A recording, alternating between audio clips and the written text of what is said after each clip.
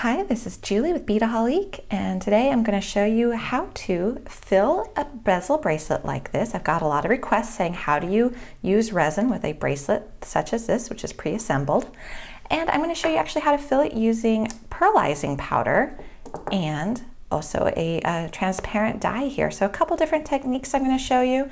So let's get started. First off, we're going to want to mix up our resin. Whenever you're doing a two-part resin, you want equal parts of part A, the resin, and part B, the hardener. And I have a little measuring cup right here, which I'm going to measure it in and then stir it with my stir stick.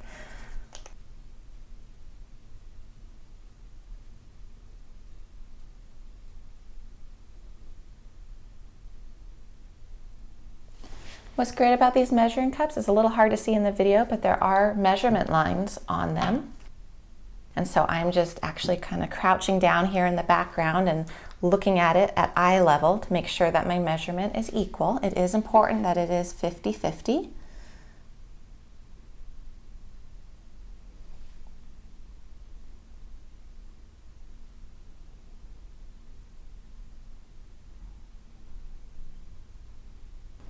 And once you've measured your resin, you're just going to stir it.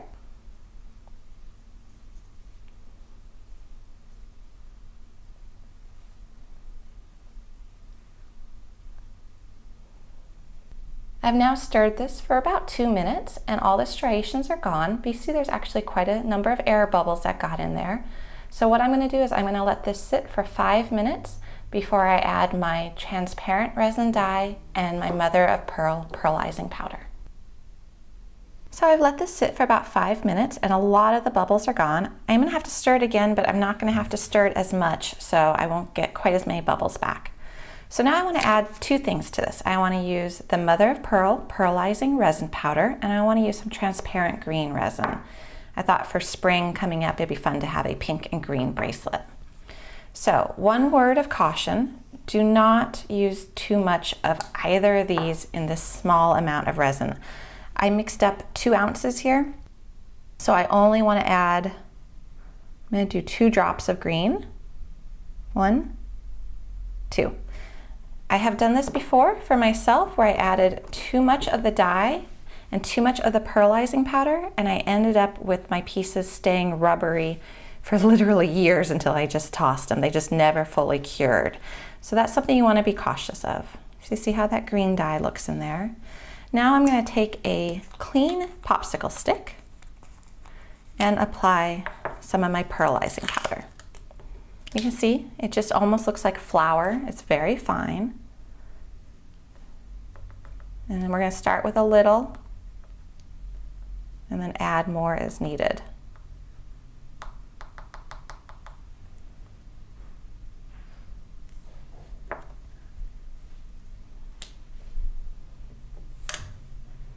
And what pearlizing powder does is it gives it this wonderful pearly shimmery effect. Just going to stir that in.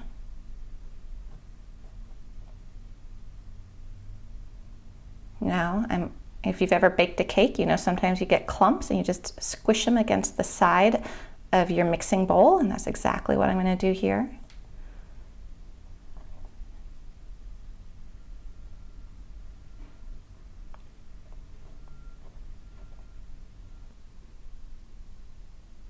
And I'm going to just keep stirring until all of those little pearlizing powder clumps are gone. And I think I want to add just a little bit more while I'm at it. So I'm just going to scoop up a little more and put it in there, and I'm going to call that good.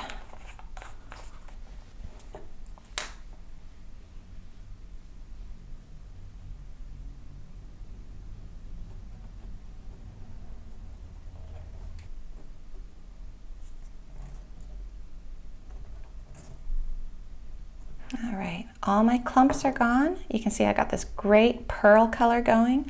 So now I am ready to fill my bezel bracelet.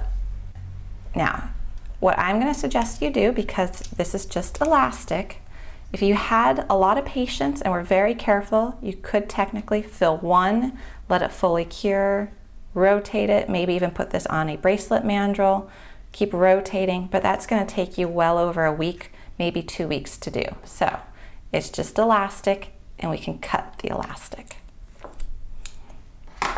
And I'll show you how to restring this when you're all done. So we're just going to take these out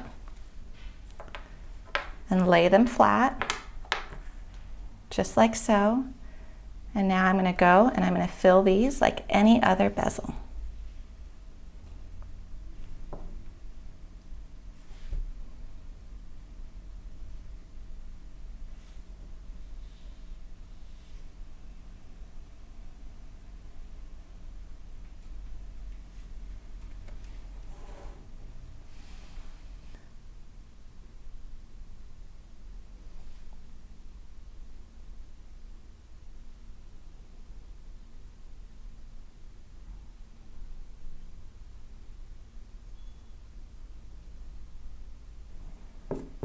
And you can see what's happening to my green. It's actually turning gray against the pink, which is fine.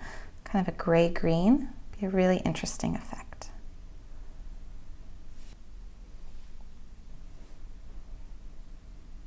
You might want to have a few resin molds handy when you're doing this, because as you can tell, I'm not going to be using the full cup of resin, so I'll have a lot left over that I might want to put into a mold or do something else with.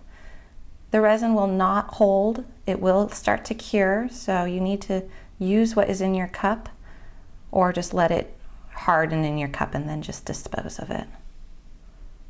But that's a lot of good resin you don't necessarily want to have go to waste. So I am going to let those cure for 3 full days before I want to restring that.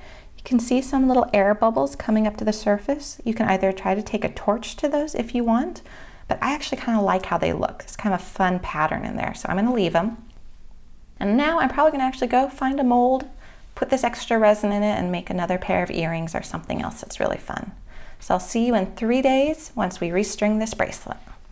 We've been really patient and we've let our resin fully cure. So I've got the ones which are now in the little bezels that were part of the bracelet, and they're dry. You can see they have that really nice pearly sheen to them. I also wanted to show you the ones I put in a mold. This was my extra resin that I had left over, and I just poured it into a little round mold.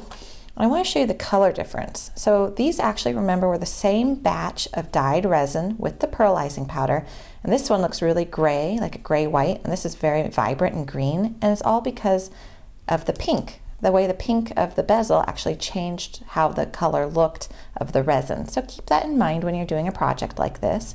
That will definitely come into play. Also, these cured in about 24 hours. I was able to pop them up. These ones, which were thinner, actually took 3 days to cure. So that's another thing to keep in mind, is the thinner the piece is, the longer it's going to take to cure, which is counterintuitive, but for some reason it's just the way it is. So now I want to put my bracelet back together. I want to show you how to do that. I have got a big eye needle right here, and that's exactly what it sounds like. It's a needle with a really big eye. And I've cut myself 2 lengths of 24 inches of Opelon. You're not going to actually need 24 inches for each length, but I thought I'd err on the side of caution here. So I'm going to take my Opelon, which is a stretch cord, and put it through my big eye needle. Now I'm not going to tie a knot on the end, but I am going to just go through the holes on one side of my bezel. Remember, each bezel is going to have 2 holes.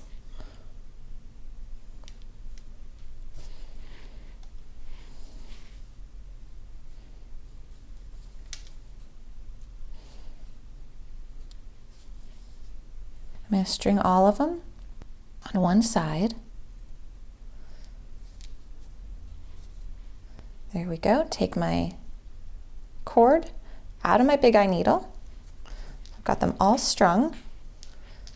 And now you can do one of 2 things. You can either loop them around and tie a knot right now, or you can string the other one as well. And I actually want to string the second piece of stretch cord here at the same time before I tie a knot. It'll just make it a little bit easier to tie the second knot, so I'm not having to fish around for those holes. It'll actually be all nice and lined up for me right now. Just line them up in a row.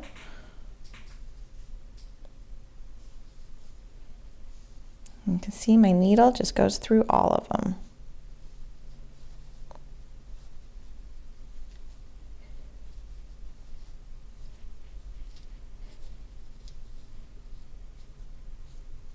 Okay, make sure you don't pull it all the way through. You want both tails. So now I'm going to take the top one, pull it around. I'm going to tie a knot. Just like so.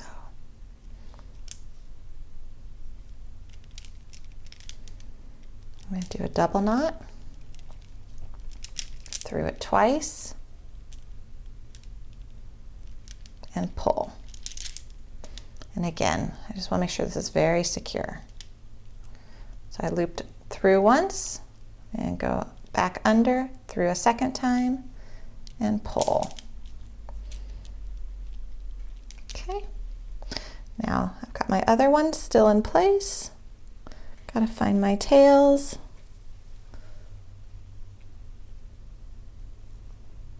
There we go. Our bracelet's looking like a bracelet again. I'm gonna make sure my other tails I haven't cut yet, I'm gonna make sure they stay out of the way. And pull. Formed a nice bracelet.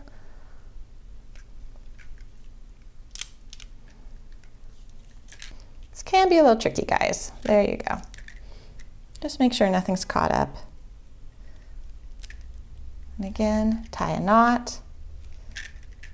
And you want it to be really secure, so I'm going to go through, tie another knot.